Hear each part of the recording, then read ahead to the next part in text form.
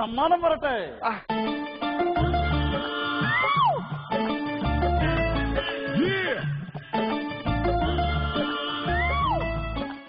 ജോത്സനെ കഴിക്കാൻ പഴംപൊരിയും ചായയും കൊണ്ടുവന്നിരിക്കണം.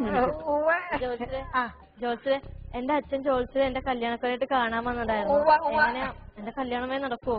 കുട്ടിയുടെ ജാതകത്തിലേ ചില ദോഷങ്ങൾ കാണാണ്ട്. നാം പ്രശ്നം ഇങ്ങനെ വെച്ച് നോക്കിയപ്പോ അതിങ്ങനെ കാര്യമായിട്ട് കാണാണ്ട്. പേരുദോഷം വല്ലതാണോ? പേരുദോഷമല്ല, ജാതകദോഷ. ജാതകദോഷം. ഇനി കുട്ടിയായിട്ട് പേരുദോഷം ഒന്നും ഉണ്ടാക്കാഞ്ഞാ മതി. അല്ല, പേരുദോഷം വന്നാ അത് എന്നെയും ബാധിക്കുന്ന കേസാണ്.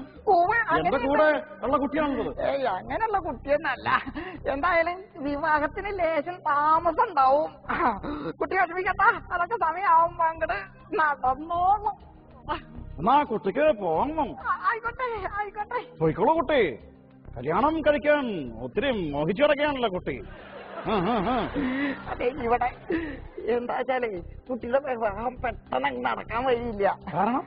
കാരണം അതില് നമുക്ക് കുറച്ച് താല്പര്യമുള്ള കേസാണ്. ഒരു നോട്ടം ജോത്സ്യനും കൂടെ ഉണ്ട് ഈ കാര്യത്തില്. അത് താമസിയാതെ നടക്കും. അങ്ങനെ കല്യാണം നടത്തണമെങ്കിൽ ദോഷങ്ങളൊക്കെ മാറ്റണ്ടേ കുട്ടിയുടെ? എന്തെങ്കിലും ദോഷം മാറ്റിയിട്ടുണ്ട്? ഏത് ദോഷം? ജലദോഷം. കൊള്ളാം, ഇത് ഭയങ്കര ദോഷമുണ്ട്. പ്രശ്നവശാൽ കാണുന്നതല്ലേ നമുക്ക് മാറ്റാൻ പറ്റൂ. ഏറ്റവും വലിയ ദോഷം മാറ്റിയിരിക്കുകയാണ് ജോത്സ്യൻ, ജലദോഷം. അടുത്ത കടമ്പയിലെ